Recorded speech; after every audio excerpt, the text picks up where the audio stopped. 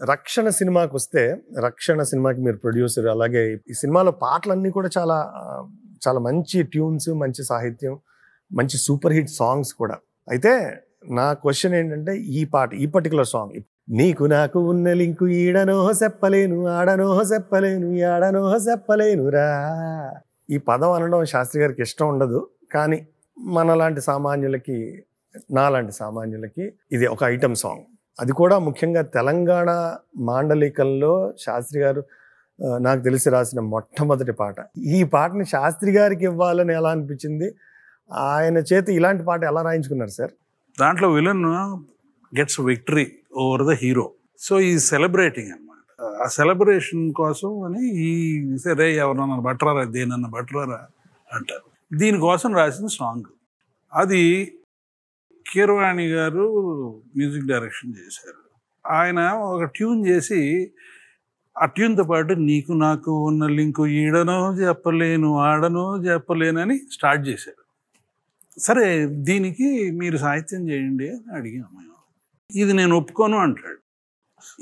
ఈ ఫస్ట్ అసలు ఎందుకు నీకు ఏంటి కనెక్షన్ అంటాడు. మేమంటాము మరి ఆ అమ్మాయిని తీసుకొస్తానికి, ఎంజాయ్ చేస్తానికే కదా తీసుకొచ్చింది వీడు. It's not to the hero. Hero is not singing the song, the villain is singing the song. ఇక మా ఇద్దరికి అది పోటాట. నేనేమో ఆ పట్టుబట్టు కూర్చున్నా, నాకు నచ్చేసింది అని. ఈ సాంగ్ ఎంత బాగా వచ్చిందంటే తర్వాత తనకి ఇష్టం లేకుండానే రాశారండి కేవలంగా. ఇది ఎంత బాగా వచ్చిందంటే రామ్ గోపాల్ గారు వచ్చి నాకు ఇచ్చే ఈ సాంగ్ అంటాడు. నువ్వు ఇంకో సాంగ్ చేయించుకో, నువ్వు చేయించుకోగలవు కదా, నాకు అర్జెంటుగా సాంగ్ కావాలి, ఈ సాంగ్ నాకు ఇచ్చేసి నేను నా సినిమాలో పెట్టుకుంటాను, నాతో పోటాడు ఆయన.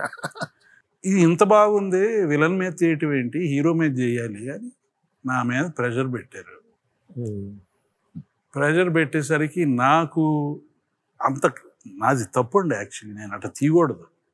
అది తర్వాత తీసింది అటు తీయకూడదు. Because this was part of the story. What we did was not part of the story. ఆయనకి ఇంకా కోపం వచ్చింది. నువ్వు ఇది చేస్తానని అది చేస్తావు, నా మీద ఏమో అందరూ ప్రెషర్ పెట్టేసి ఇంత మంచి సాంగ్ అని తీసుకుని. అంటే మంచి సాంగ్ అంటే ఇప్పుడు చిరంజీవి గారి సినిమాలో అమ్మని తీయని దెబ్బ అనే సాంగ్ ఉంది కదా, అది యాక్చువల్లీ రాసింది నాగేశ్వరరావు గారి కోసం. ఆయన తిట్టి నేను ఇటువంటి సాంగ్ చేయనంటే వాళ్ళు ఇది ఇంత పెద్ద హిట్ అవుతుందని ఈ సినిమాలో పెట్టుకున్నారు. ఎవరిష్టం వాళ్ళదే. ఇప్పుడు this is something similar to that, కానీ హీరోకి ఉండకూడదు, హీరోకి ఉండాలి అని చెప్పి దాని మీద ఘర్షణ పడి ఆయన నాతో ఆయన ఎంత స్టబన్గా ఉన్నాడో నేను అంతే స్టబన్గా ఉన్నాను. ఇక నాతో పడలేక అనుకుంటే వెళ్ళిపోయాడు ఆయన. బట్ సాంగ్ రాసిచ్చాడు, ఆయనే రాశారు. గౌలిగూడ గల్లికాడ అంటూ శాస్త్రి గారి వేరే మరి చూడండి అవి మళ్ళీ